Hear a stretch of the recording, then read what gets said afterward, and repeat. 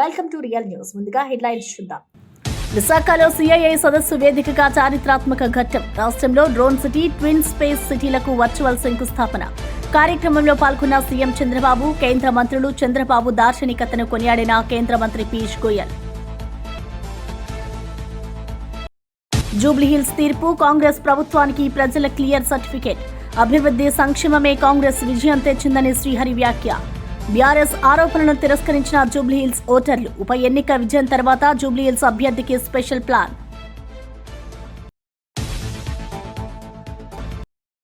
జూబ్లీహిల్స్ లో బీఆర్ఎస్ ఓటమిపై స్పందించిన కేటీఆర్. ప్రతిపక్ష పాత్ర పోషిస్తూనే ఉంటామన్న కేటీఆర్.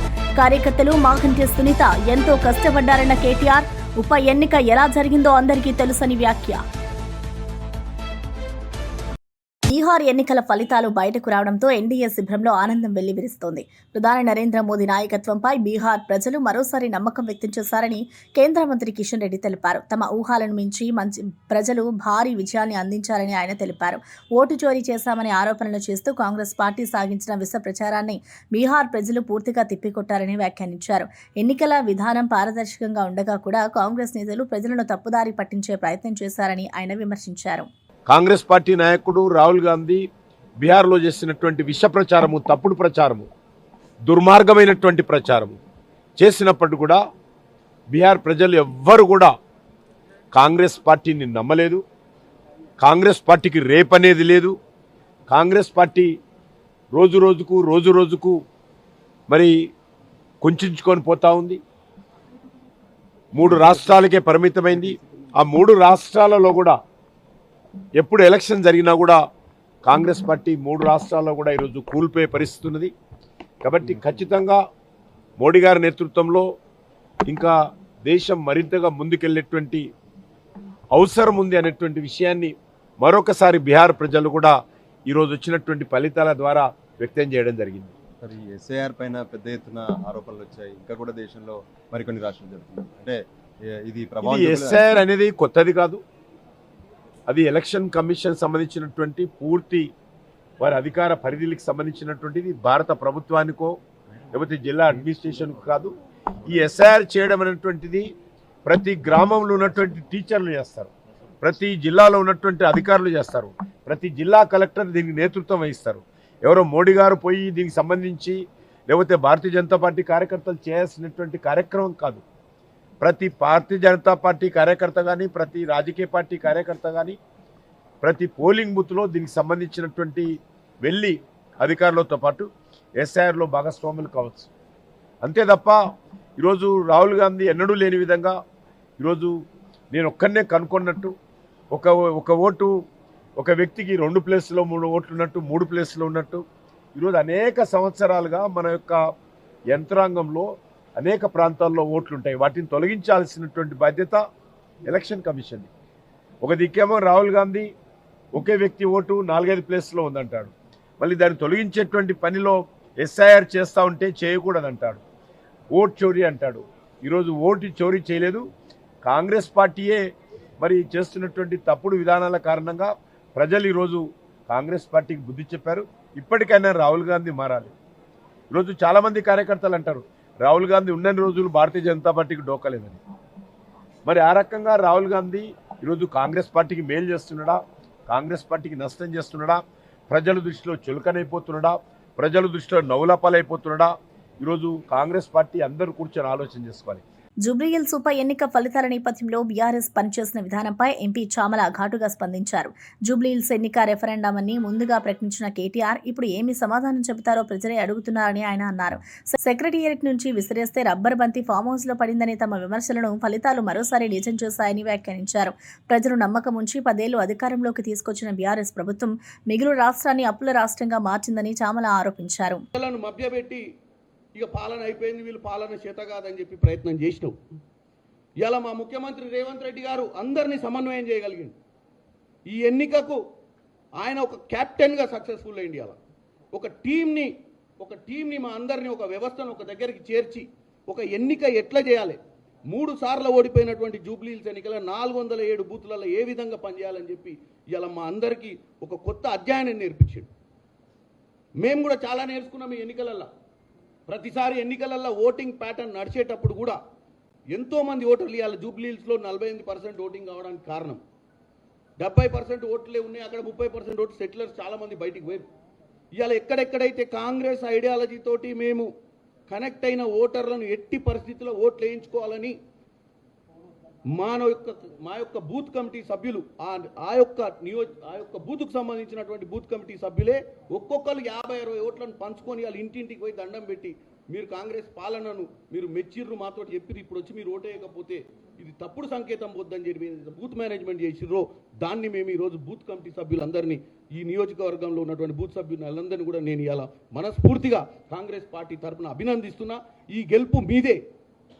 కాబట్టి కేటీ రామారావు గారు, మీరు ఇది ఒక్క ఉప ఎన్నికనే అంటున్నావు ఇందాక ప్రెస్ మీట్లా, ఒక్క ఉప ఎన్నికకే గింత చెమట వచ్చి గింత పరిశాన్ అయ్యారండి.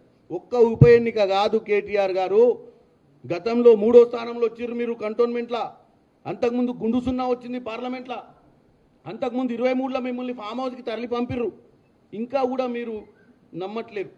ఇప్పుడు ఎక్కడో వెస్ట్ బెంగాల్లో ఏదో రాయికి జరిగినటువంటి జడ్జిమెంట్ గురించి చెప్తున్నావు పతివత మాటలు. అసలు ఈ యొక్క సంస్కారం మొదలైందే మీ దగ్గర నుంచి.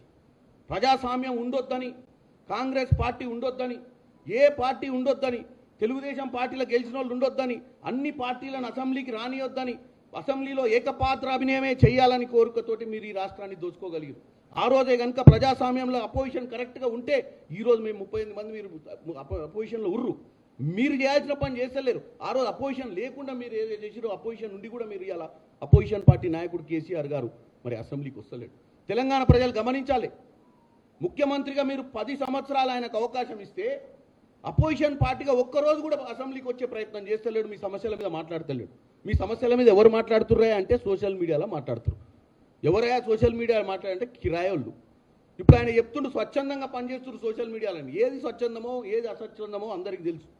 కాబట్టి కేటీ రామారావు గారు, మీరు ఈరోజు తెలంగాణ ప్రజలకు మీరు ఇందాక ప్రెస్ మీట్లో చెప్పాల్సింది రెఫరెండం గురించి. కాంగ్రెస్ పార్టీ ప్రజా పాలనను ప్రజలు అభినందించిరన్న విషయాన్ని నువ్వు ఒప్పుకోవాల్సిన అవసరం ఉంది. నేను బ్రహ్మాండంగా ఉంది, మాకు భలే వేసిరు, ప్రజలకు థ్యాంక్ యూ చెప్తున్నా, ఎందుకంటే నాకు 3వ స్థానం ఉండే మండదా కంటోన్మెంట్ ఇప్పుడు 2వ స్థానం వచ్చింది కాబట్టి థ్యాంక్ యూ వెరీ మచ్ అంటున్నావు. నువ్వు కార్యకర్తలకు చెప్తలేవు. నా సోషల్ మీడియా భలే చేసిన పని 4 గోడల మధ్య నుంచి మొత్తం బ్రహ్మరథం నడిపిరు, అసలు రాష్ట్రాన్ని అల్లకల్లాలం చేసిరని చెప్తున్నావు. ఇది కాదు రాష్ట్ర రాజకీయం అంటే. ఒక అపోజిషన్ అంటే కన్స్ట్రక్టివ్ అపోజిషన్. ఇలా ఇందిరా మిల్లులు ఇస్తున్నాం, ఇలా 200 యూనిట్ల కరెంట్ ఇస్తున్నాం, మీ హయాంలో ఏ రోజు పెట్టని సన్నబియ్యం ఇస్తున్నాం, ఈరోజు రేషన్ కార్డులు ఇస్తున్నాం, ఇన్ని చేస్తున్నాం మేము. ఇలా రైతు రుణమాఫీ 21,000 కోట్లు ఇచ్చినాం. ఎవరికి ఇచ్చినాం? 2 లక్షల మంది రైతులకు ఇచ్చినాం. ఇవాళ నేను ఒక్కటే విన్నపం చేసుకుంటున్నా, ఈ గెలుపుని మనం ఆనందంగా 1 గంట సెలబ్రేట్ చేసుకోవాలి, మరో గంట ఆలోచన మొదలు పెట్టాలి. రేపు లోకల్ బాడీ ఎన్నికలు వస్తున్నాయి. ఈరోజు జూబ్లీహిల్స్లో ఏం జరిగిందో అదే విధంగా మీరు లోకల్ బాడీ ఎన్నికలు కూడా చేయాలి. మనని ఏమంటారు, మీ ప్రజాపాలన ఎవరికి అందిస్తున్నారు అని ప్రశ్నిస్తున్నటువంటి ఈ కేటీఆర్కి ఈ యొక్క ప్రతిపక్షాలకు మనం బుద్ధి చెప్పాల్సిన అవసరం ఉంది. ఎందుకంటే ఇవాళ మనం ఏమేం చేసినాం, 3,500 ఇల్లు ఇచ్చినాం, సన్నబియ్యం ఇస్తున్నాం, ఇవన్నీ కూడా ఎవరికి ఇస్తున్నామో, ఎవరికి వచ్చినాయో ప్రతి బూత్లో మార్కింగ్ చేసుకొని మీరు మరీ మనం ప్రజాపాలన గురించి ప్రజల మధ్యానికి పోయి చెప్పుకొని రేపు లోకల్ బాడీ ఎన్నికలలో సర్పంచ్లు, వార్డు మెంబర్లు, ఎంపీటీసీలు, జెడ్పీటీసీలు గెలవాల్సిందిగా కోరుకుంటున్నాం. ఎందుకంటే ఇది ఒక్కరోజు విజయం కాదు, ఇది ప్రతిరోజు. జూబ్లీహిల్స్ ఉప ఎన్నిక ఫలితాలపై ఎంపీ రఘునందన్ రావు స్పందించారు. ఓటర్లు ఇచ్చిన తీర్పును సంపూర్ణంగా స్వాగతిస్తున్నామని ఆయన అన్నారు. ప్రజాస్వామ్యంలో ప్రజలే తుది న్యాయ నిర్ణేతలు అని, వారు ఎలాంటి తీర్పు ఇచ్చినా దానిని గౌరవించే బాధ్యత తమదేనని వ్యాఖ్యానించారు. ఉప ఎన్నికల్లో గెలుపు కోసం పార్టీ శక్తివంచన లేకుండా కృషి చేస్తుందని రఘునందన్ తెలిపారు. ప్రతి ఓటరిని చేరుకునేందుకు ప్రచారం నిర్వహించినప్పటికీ ఫలితాలు అనుకున్న విధంగా రాలేదని ఆయన తెలిపారు. కార్యకర్తలందరం, నాయకులందరం మా శక్తి మేరకు అక్కడ ప్రయత్నం చేసినాం గెలవడానికి. బట్ ప్రజలు ఇచ్చినటువంటి తీర్పుని స్వాగతిస్తూ అక్కడ జరిగినటువంటి ఏమైనా ఇష్యూస్ ఏమైనా ఉన్నా, ఏమైనా మా సంస్థాగతంగా ఏమైనా లోపాలున్నా, ఇతరత్ర ఏమైనా ఇబ్బందులున్నా ఖచ్చితంగా విత్ ఇన్ ద 4 వాల్ మా రాష్ట్ర పార్టీ అధ్యక్షుని నాయకత్వంలో కూర్చొని మాట్లాడి మళ్ళీ ఇట్లాంటి బై ఎలక్షన్స్ ఏమైనా వస్తే వాటిలో గెలవడానికి తప్పకుండా ప్రయత్నం చేస్తాను. జూబ్లీహిల్స్ ఉప ఎన్నికల్లో కాంగ్రెస్ అభ్యర్థి నవీన్ యాదవ్ రౌండ్కు ఆధిక్యం సాధించడం గాంధీ భవన్లో ఉత్సాహాన్ని రెట్టింపు చేసింది. తాజా లెక్కల్లో నవీన్ యాదవ్ గణనీయమైన మెజారిటీతో ముందంజలో ఉండడంతో పార్టీ నాయకులు కార్యకర్తలు ఆనందంలో మునిగిపోయారు. ఫిషరీస్ డెవలప్మెంట్ చైర్మన్ మెట్టు సాయికుమార్ ఆధ్వర్యంలో డప్పుల నాదం మధ్య సంబరాలు కొనసాగుతున్నాయి. జూబ్లీహిల్స్ ప్రజలు కాంగ్రెస్ కు ఇచ్చిన మద్దతు అత్యంత కీలకమని, తమపై ఉంచిన నమ్మకాన్ని కృతజ్ఞతలు తెలుపుతున్నామన్నారు.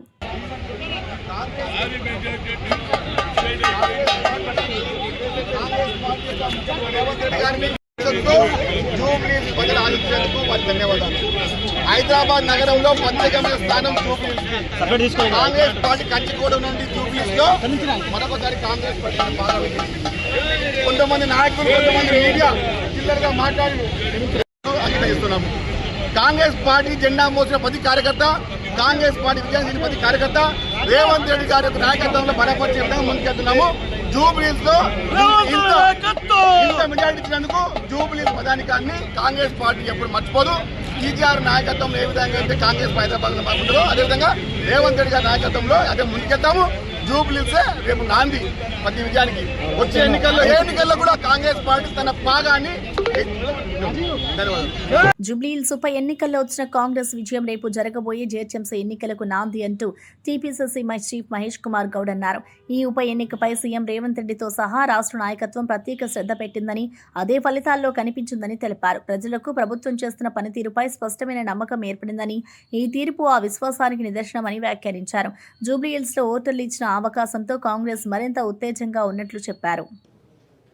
సంక్షేమం పట్ల, అభివృద్ధి పట్ల వారికి ఉన్నటువంటి శ్రద్ధ, విద్య వైద్యం పట్ల వారికి ఉన్న ఆసక్తి, వారు జరుపుతున్నటువంటి అభివృద్ధి సంక్షేమం బేసిక్గా పోతా ఉంది. ఇవాళ జూబ్లీహిల్స్ ఎన్నిక రేపు హైదరాబాద్లో జరగబోయే జీహెచ్ఎంసీ కార్పొరేషన్ జరిగే ఎన్నికకి విజయానికి నాంది. ప్రజలు రేపు జీహెచ్ఎంసీ ఎన్నికల్లో కూడా కాంగ్రెస్ పార్టీకి పట్టం కడతామనే మాట ఇవాళ జూబ్లీహిల్స్ ఎన్నికల్లో ఇంత మంచి మెజారిటీ ఇచ్చి చెప్పడం జరిగింది. ఈ ఎన్నికల్లో కూడా ముఖ్యమంత్రి గారు ప్రత్యేక శ్రద్ధ వహించారు. డిప్యూటీ ముఖ్యమంత్రి గారు, మంత్రులు అందరూ కూడా మా సంక్షేమాన్ని ప్రజలు అందుకున్నటువంటి తీర్థంలో వివరించగలిగినారు. కాబట్టే ఇవాళ ఇంత పెద్ద ఎత్తున ప్రజలు మాకు పట్టం కట్టినారు. ఈ ఎన్నిక ద్వారా ప్రజలు రెండు సందేశాలు స్పష్టంగా ఇచ్చినారు. ఒకటి, కాంగ్రెస్ పార్టీ పట్ల మేము సంతృప్తిగా ఉన్నాం. వచ్చే 3 ఏళ్లే కాదు, మళ్ళీ వచ్చే ఎన్నికల్లో కూడా కాంగ్రెస్ పార్టీ కనీసం 100 సీట్ల పైగా గెలుస్తుందనేటువంటి మేము చెప్తూ వస్తున్న దానికి బలం చేకూర్చింది. ఆనాడు కంటోన్మెంట్ ఎన్నిక కానీ వాళ్ళ జూబ్లీహిల్స్ ఎన్నిక కానీ కాంగ్రెస్ అభ్యర్థి గెలిచినారంటే ప్రజలు ముఖ్యమంత్రి పట్ల, కాంగ్రెస్ ప్రభుత్వం ఇస్తున్నటువంటి సంక్షేమం పట్ల సంతృప్తిగా ఉన్నారనే మాట స్పష్టమైంది. రెండో సందేశం వాళ్ళ జూబ్లీ ఎన్నికల్లో ప్రజలు ఇచ్చింది, బీఆర్ఎస్ పార్టీకి సెలవు చెప్పినారు. పార్లమెంట్ ఎన్నికల్లో వారికి 0 సీట్లు ఇచ్చినప్పుడే బీఆర్ఎస్ పార్టీకి ఈ రాష్ట్రంలో ఇంకా భవిష్యత్తు లేదు అన్నట్టు మాట చెప్పడం జరిగింది. ఇవాళ కూడా జూబ్లీ ఎన్నికల్లో వారు సిట్టింగ్ సీటు ఓడిపోయినారంటే బీఆర్ఎస్ పార్టీకి ఈ రాష్ట్రంలో స్థానము లేదు అని మరొక సందేశాన్ని కూడా ఇవాళ ప్రజలు, జూబ్లీహిల్స్ ప్రజలు ఇచ్చిన తీర్పు ద్వారా అర్థమవుతోంది. ముఖ్యమంత్రి గారు ఇటీవల చెప్పినారు, బీఆర్ఎస్ పార్టీకి గతమే కానీ భవిష్యత్తు లేదని. ఈ తీర్పు ద్వారా అది రుజువైందని చెప్పొచ్చు. వచ్చే రోజుల్లో ముఖ్యమంత్రి గారి నేతృత్వంలో మా మంత్రివర్గ సభ్యులు కానీ, మా శాసనసభ్యులు కానీ, మండలి సభ్యులు కానీ, ప్రతి కాంగ్రెస్ కార్యకర్త ప్రజల ఆకాంక్షలకి, ఆశయాలకు అనుగుణంగా పనిచేస్తుంది. ఇదివరకు మేము ఇచ్చినటువంటి మేనిఫెస్టో పెట్టినటువంటి అంశాలు చాలా వరకు పూర్చగలిగినాం. ఇంకా మిగిలినవి కూడా ఇచ్చి 3 ఏళ్ళు సుపరిపాలన అందించి ప్రజల ఆకాంక్షలకు అనుగుణంగా పనిచేసి 3 ఏళ్ల తర్వాత ఎన్నికల్లో 100 సీట్లకు పైగా కాంగ్రెస్ పార్టీ గెలుచుకుంటుంది. వచ్చే ఎన్నికల్లో కూడా కాంగ్రెస్ పార్టీ గెలుస్తుంది.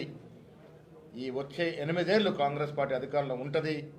ప్రజలకు అవసరమైనటువంటి కార్యక్రమాన్ని కూడా చేస్తుందని మాట ఈ సందర్భంగా మనవి చేస్తా ఉన్నాం.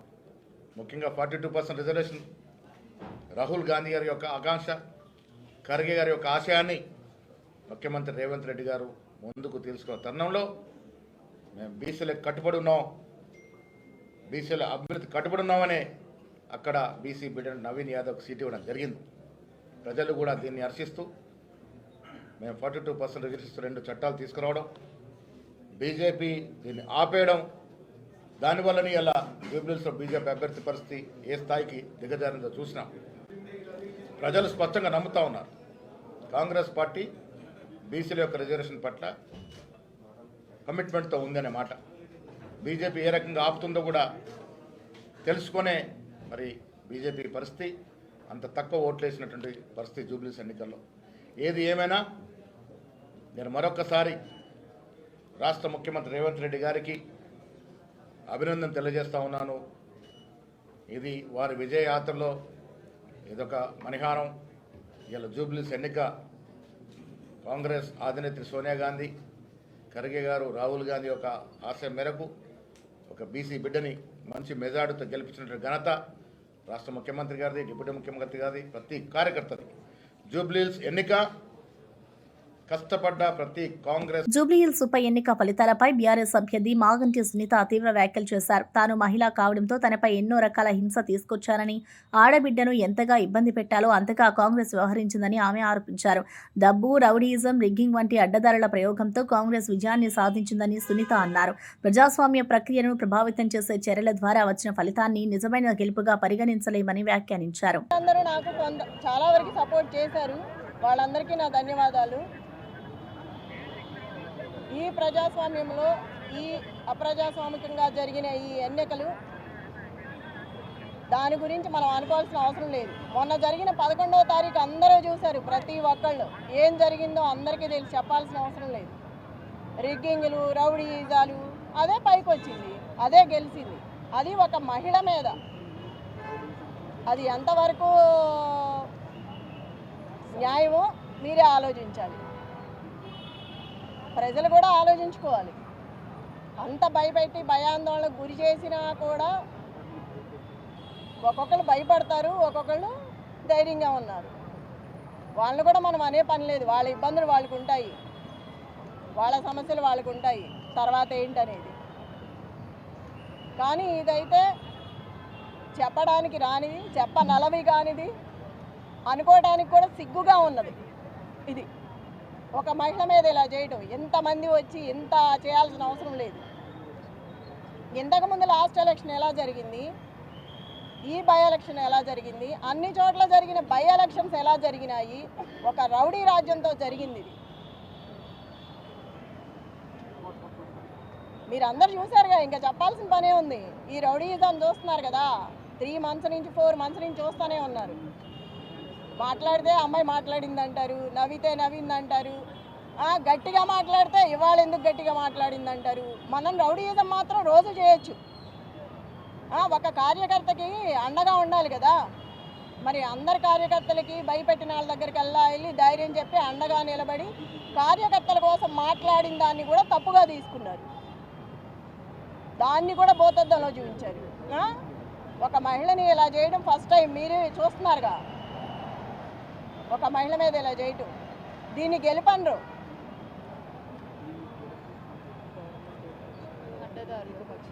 అడ్డదారులు వచ్చి అడ్డంగా చేసి. నేను చూసా కదా మొన్న, నేను అడ్డం పడ్డాను, ఎక్కడికక్కడ అడ్డం పడతానే వచ్చాను, చాలా చేసుకుంటూ వచ్చాము. అది కూడా లేడీస్ని చేసుకొచ్చాం, అన్ని చోట్ల లేడీస్నే చేసాము, అంత ధైర్యంగా నిలబడి. షేక్పేట లలిత గారు, యూసఫ్ కూడా బోర్బండ మొత్తం నేను. నువ్వెక్కడ? షేక్పేట. తన్నారు, రక్తాలు గారేటట్టు గుద్దారు, ఇష్టం వచ్చినట్టు చేశారు. దీన్నైతే గెలుపనరు. చివరికి నేను చెప్పేది ఏంటంటే, నైతికంగా నేనే గెలిచాను. నా భర్తకు వచ్చిందే వచ్చింది. ఇప్పుడు అక్కడ ఏది ఎంఐఎం 4-5 పార్టీలు నిలబడితేనే నా భర్తకి 16,000 చిల్లర వచ్చింది. ఏ పార్టీ లేకుండా మేమిద్దరమే ఉన్నప్పుడు అది వచ్చిందంటే రౌడీయిజంతో వచ్చింది. అది స్వతహాగా తెచ్చుకున్నది కాదు. డిప్యూటీ సీఎం పవన్ కళ్యాణ్ చేసిన తాజా వ్యాఖ్యలపై కడప ఎంపీ అవినాష్ రెడ్డి ఘాటుగా స్పందించారు. చాపర్లు పైన తిరుగుతూ పవన్ కళ్యాణ్ కు కొత్త ఆలోచనలు వస్తుంటాయని, పైనుంచి ఫోటోలు తీసి ఏదో పెద్ద విషయం జరిగినట్లు చెప్పడం సరైంది కాదన్నారు. మిథున్ రెడ్డి కుటుంబానికి చెందిన ఆస్తుల వ్యవహారంలో పూర్తిగా ఆన్లైన్ రికార్డులు అందుబాటులో ఉన్నాయని, ఎవరికైనా చూడగలిగే విధంగా వివరాలు స్పష్టంగా ఉన్నాయని ఆయన తెలిపారు. ఇదే విషయాన్ని మిథున్ రెడ్డి ఇప్పటికే వివరించారని అవినాష్ గుర్తు చేశారు. ఆరోపణలు చేయకుండా వాస్తవాలు ఆధారంగా మాట్లాడాలని సూచించారు. ఇప్పుడు 2001లో ఆ భూములు వాళ్ళ ఫ్యామిలీ కొనుగోలు చేసింది. దానికి సంబంధించిన డాక్యుమెంట్స్ కూడా అప్లోడ్ చేసినారు వాళ్ళు ఆన్లైన్లో. 2000 ఇప్పుడు కాదు, 2019-24 మధ్యలో కాదు, 2001లో అంటే 24-25 ఏళ్ల క్రితం కొన్న భూములు అవి. వాటికి సంబంధించిన డాక్యుమెంట్స్ కూడా ఆన్లైన్లో అప్లోడ్ చేసినారు. ఎప్పటి నుంచో ఆన్లైన్లో ఉన్నాయి అవన్నీ. జూబ్లీహిల్స్ ఉప ఎన్నికల్లో భారీ మెజారిటీతో విజయం సాధించిన కాంగ్రెస్ అభ్యర్థి నవీన్ యాదవ్ ప్రజలకు పాదాభివందనం తెలిపారు. ప్రాంత ప్రజలు తమ కార్యకర్తలు నమ్మకంగా నిలబడ్డందుకు జీవితాంతం కృతజ్ఞతగా ఉంటారన్నారు. ఈ విజయం తనకే కాకుండా మొత్తం జూబ్లీహిల్స్ ప్రజలది అని, వారి నమ్మకాన్ని ఎప్పుడూ వమ్ము చేయబోనని తెలిపారు. ప్రాంత సమస్యలను సీఎం రేవంత్ రెడ్డి దృష్టికి తీసుకువెళ్లి వేగంగా పరిష్కరించేలా కృషి చేస్తారని నవీన్ హామీ ఇచ్చారు. అభివృద్ధి, ప్రజాసేవే తన ఏకైక ఎజెండా అని స్పష్టం చేశారు. ధన్యవాదాలు తెలియజేస్తూ, ఏదైతే నమ్మకం నా మీద పెట్టుకొని మా పిల్లోడు, మా బస్తీ పిల్లోడు, మా కొడుకు, మా తమ్ముడు మాకు అండగా ఉంటాడు, మా కష్టాల్లో నిలబడతాడు, మా సమస్యలు పరిష్కరిస్తాడని ఎంతో నమ్మకంతో నాకు ఈ అవకాశం కల్పించారు. వారి సేవ చేసుకోవడానికి ఈ అవకాశం కల్పించినందుకు వారందరికీ కూడా ధన్యవాదాలు తెలియజేస్తూ, అదేవిధంగా కాంగ్రెస్ అధిష్టానం సోనియా మేడం గారు, రాహుల్ గాంధీ గారు, మల్లికార్జున్ ఖార్గే గారు, కేసీ వేణుగోపాల్ గారు, అలానే మా ముఖ్యమంత్రి గారు, మా ప్రియతమ నాయకులు మా అన్న రేవంత్ అన్న గారికి, మా అధ్యక్షులు పిసిసి అధ్యక్షులు మహేష్ కుమార్ గౌడ్ గారికి, ఇన్ఛార్జ్ మేడం నటరాజన్ గారికి, విశ్వనాథం గారికి అండ్ ఎంటైర్ క్యాబినెట్ మంత్రులందరికీ అండ్ మా ఎమ్మెల్యేలకి, చైర్మన్స్కి, మా పార్టీ కార్పొరేటర్స్, స్థానిక కార్పొరేటర్స్కు, ప్రతి ఒక్క కార్యకర్తకి ఎంతో కష్టపడ్డందుకు వాళ్ళందరూ కూడా ధన్యవాదాలు తెలియజేస్తూ, మరి మా పార్టీ పెద్దలు నా మీద నమ్మకం పెట్టుకొని నాకు అవకాశం కల్పించినందుకు మా పార్టీ పెద్దలు కూడా ధన్యవాదాలు తెలియజేస్తూ, ఈరోజు పార్టీ కార్యకర్తలు ఎంటైర్ కాంగ్రెస్ పార్టీ సిస్టమ్ అంతా జూబ్లీహిల్స్లో ఎంతో కష్టపడి కాంగ్రెస్ పార్టీని నన్ను ఇక్కడ గెలిపించుకోవడానికి నిరంతరం జాగృతి చిన్నంబాట కార్యక్రమంలో భాగంగా బీఆర్ఎస్ నేత కవిత మెదక్ జిల్లాలో పర్యటించారు. స్థానిక సమస్యలు తెలుసుకోవడం, ప్రజలతో నేరుగా మాట్లాడడం లక్ష్యంగా ఈ పర్యటన కొనసాగింది. నర్సాపూర్లోని నలంద స్కూల్లో జరిగిన చిల్డ్రన్స్ డే వేడుకల్లో కవిత ప్రత్యేక అతిథిగా పాల్గొన్నారు. చిన్నారులతో మాట్లాడి వారి ప్రతిభను అభినందించారు. పిల్లల ఆటపాటలు, సాంస్కృతిక కార్యక్రమాలను ఆస్వాదించిన ఆమె విద్యా అభివృద్ధి కోసం జాగృతి చేపడుతున్న చర్యలను వివరించారు. రెడ్డిపల్లిలో ఉన్నటువంటి ప్రతి ఒక్క వ్యక్తికి కూడా తెలుసు. అయితే ఇదే రెడ్డిపల్లి నుండి మరి RRR రోడ్ పోతుంది, అట్లనే రైల్వే లైన్ పోతుంది, అట్లనే హై టెన్షన్ వైర్లు ఈ మొత్తం సిస్టమ్కి సపోర్ట్ చేసేటివి కూడా ఈ ప్రాంతం నుంచి పోతున్నది. ఇక్కడ ప్రజలు ఒకటే మాట చెప్తున్నారు, మేము అభివృద్ధికి వ్యతిరేకం కాదు, రోడ్ ఇస్తాం, కానీ మాకేదైతే ఇవాళ మార్కెట్లో ధర పలుకుతుందో కనీసం దానికి దగ్గరగా అన్న ప్రభుత్వం పరిహారం ఇవ్వాలని చెప్పి న్యాయబద్ధమైన కోరిక వాళ్ళు కోరుతా ఉన్నారు. అదేవిధంగా కొంతమందికి ఇండ్లు పోతున్నాయి, కొంతమందికి ఇదివరకు ఇదే జిల్లాలో మల్లన్న సాగర్లో, వేమ్లఘాట్లో భూములు పోయినటువంటి వాళ్ళు వచ్చి వాళ్ళు పాపం నర్సాపూర్లో కొనుక్కున్నారు, మళ్ళీ అదే భూమి పోతున్నటువంటి పరిస్థితి ఉన్నది. కాబట్టి ఈ అంశాలన్నీ కూడా దయచేసి దృష్టిలో పెట్టుకొని ప్రభుత్వ పెద్దలు నేను కోరుతా ఉన్నాను, మీరు ప్రత్యేక శ్రద్ధ పెట్టి రెడ్డిపల్లి గ్రామంలో మంచి కాంపెన్సేషన్ ఇవ్వాల్సిందిగా డిమాండ్ చేస్తా ఉన్నాను. మరి దశల వారీగా ఇస్తామని చెప్పి చెప్తున్నారు నష్టపరిహారం, 1, 2, 3 సార్లు. మరి ఆ 3 సార్లు మీరు ఇచ్చేది మొత్తం కూడా కమిట్మెంట్ లాగా రాసియమని రైతులు అడిగినారు, దానికి మేము రాసియమని చెప్తున్నారు. సో ఎట్టి పరిస్థితులలో అటువంటి అంశాలు ఉన్నప్పుడు ప్రజలు నమ్మరు. ఒకసారి మీరు 10 లక్షలు ఇచ్చి చేతులు దులుపుకొని అవతల పడితే మళ్ళీ మిమ్మల్ని పట్టుకుంటూ రైతుల తరం కాదు. కాబట్టి ప్రభుత్వానికి నేను కోరేది ఒకటే, మీరు సిన్సియర్గా రైతులకు టోటల్ అమౌంట్ ఎంత ఇస్తారు, ఎన్ని దఫాలుగా ఇస్తారు, అన్ని కూడా రాతపూర్వకంగా ఇవ్వండి. మీరు రాతపూర్వకంగా ఇస్తే రైతుల్ని మిమ్మల్ని నమ్మేటటువంటి పరిస్థితి ఉంటుంది తప్పితే వేరే కాదు. ఎందుకంటే ఒక ప్రభుత్వం పోయి ఇంకో ప్రభుత్వం వచ్చినా రైతు పరిస్థితి అయితే మారతలేదు. ఆ ప్రభుత్వంలో జరిగింది, ఇప్పుడు ఈ ప్రభుత్వంలో కొనసాగుతుంది.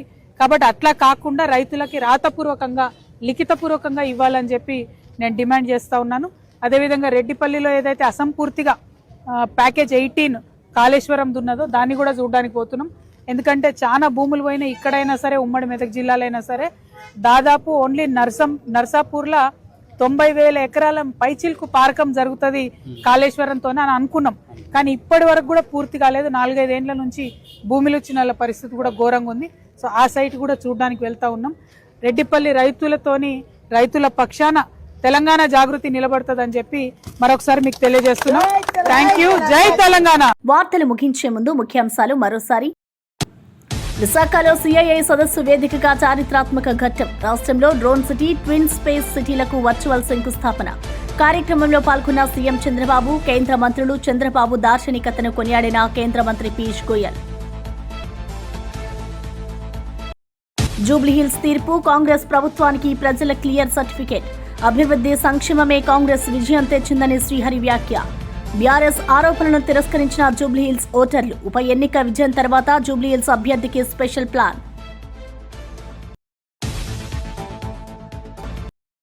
జూబ్లీహిల్స్ లో బీఆర్ఎస్ ఓటమిపై స్పందించిన కేటీఆర్. ప్రతిపక్ష పాత్ర పోషిస్తూనే ఉంటామన్న కేటీఆర్. కార్యకర్తలు మాగంటి సునీత ఎంతో కష్టపడ్డారన్న కేటీఆర్. ఉప ఎన్నిక ఎలా జరిగిందో అందరికీ తెలుసని వ్యాఖ్య. ఇవి ఈనాటి వార్తా విశేషాలు. మరో బులెటిన్లో మళ్ళీ కలుద్దాం. నమస్కారం.